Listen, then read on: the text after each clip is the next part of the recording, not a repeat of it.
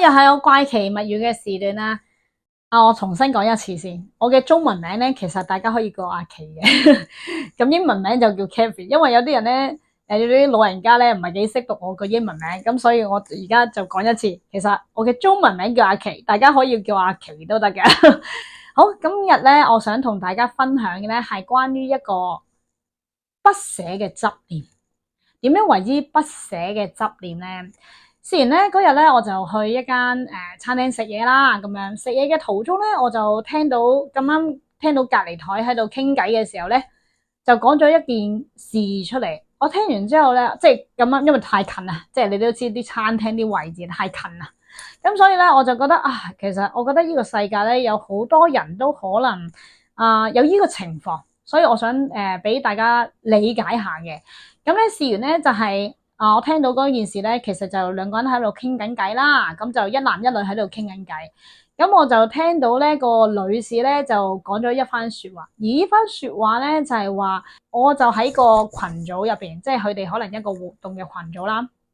咁但係因為呢位女士嘅先生咧已經過咗身啦，咁樣，咁佢就同對面嗰個朋友講咧，就話我喺個群組裏邊，咁我先生都喺個群組裏邊啦。咁咧，但係咧嗰日咧突然間咧就鏟咗我先生，就唔喺個群組裏邊啦。咁佢就咁樣同個朋友講，佢話我唔知道係咪我小氣啦，定係咩啦？咁但係啦，佢無啦啦咁樣鏟咗我先生，咁其實都唔諗下我嘅感受嘅。我先生啱啱先唔喺度，我都未處理好自己嘅情緒啊，佢就咁樣鏟走我，即係佢哋有冇當我係朋友啊？或者即係佢番說話係有冇當我係朋友啊？有冇當我先生係朋友啊？諸如此類啦，咁樣。咁佢就好唔開心咁樣，所以之後咧，佢就話我就最終咧，我就自己退出咗喺個群組度啦，咁樣。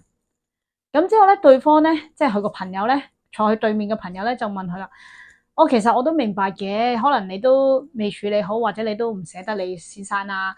咁但係如果佢哋或者鏟你先生嘅之前啊吓，可能同你講聲，你應該都會好過啲嘅咁樣，或者你會覺得舒服啲嘅咁樣。因為係咪你覺得好似唔係幾尊重你啊咁樣？咁佢就咁樣回應，佢就話我覺得佢哋都唔理下我感受先，我對我先生都仲係嗰啲情緒仲係好波動啊，仲未處理好啊。咁佢哋就做呢啲行為都唔理下我嘅。咁咧，我聽到佢哋嘅溝通係咁啦。咁但係咧，我好想同大家分享嘅係咩？其實點解其他人要理解嗰個女士嘅感受先？即係可能調翻轉頭咁講啊，其實可能鏟除呢個人嘅人阿某君，其實可能都同佢個先生好好朋友。其實佢唔想再喺個群組度見到佢嘅電話，因為可能佢見到佢嘅電話號碼，其實佢都覺得好 upset，好難受。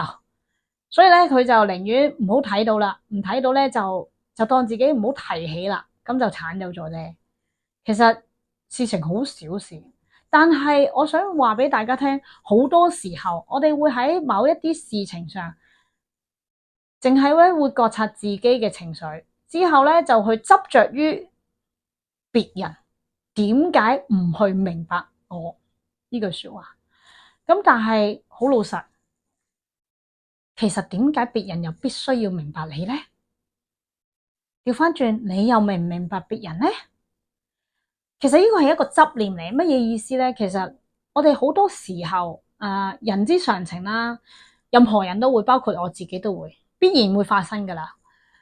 我哋成日都會同好多人講可能你唔明白我啊，或者你明唔明白我啊咁樣。但係呢番說話嘅其實背後其實係咩意思咧？但係我哋自己去諗真一啲，就係其實我哋點解要別人一定要明白自己先？我哋就好似咧，我哋就算唔被人明白嘅話，我哋必須要好似找住一樣嘢，找住嗰樣嘢就你一定要明白我噶，你一定要點點點點點。但係調翻轉，如果假設呢件事喺呢件事裏邊個角色調轉咧，咁呢位女士又會唔會有覺得咁難受咧？如果佢係鏟人哋嗰個咧，鏟人哋嗰個群組嗰個咧，咁其實佢嘅心態又係咩咧？因為我自己覺得啦，每件事、每個行為、每個動作都有雙向嘅，唔係單一方向啊。咁只不過我哋可能唔開心啊，或者去諗一啲事情嘅時候，我覺得大家可以多思考、多角度，咁咧就會令到成件事啊，或者成個睇法啊，同埋感受都會變得不一樣。因為如果單一方向咧，就會好多時候我哋會覺得好難受啊，或者諸如此類。但係如果你多角度思考嘅時候，其實好多時候咧，事情就變得不一樣。今日嘅分享就係咁多，大家如果有唔同嘅故事都可以話俾我聽，可以留言話俾我聽啦，咁樣咁可能我將你哋嘅故事分享出嚟，等大家再覺察下自己嘅人生啊，或者諸如此類啦，咁樣咁記住 share、like 同訂閱，thank you，拜拜。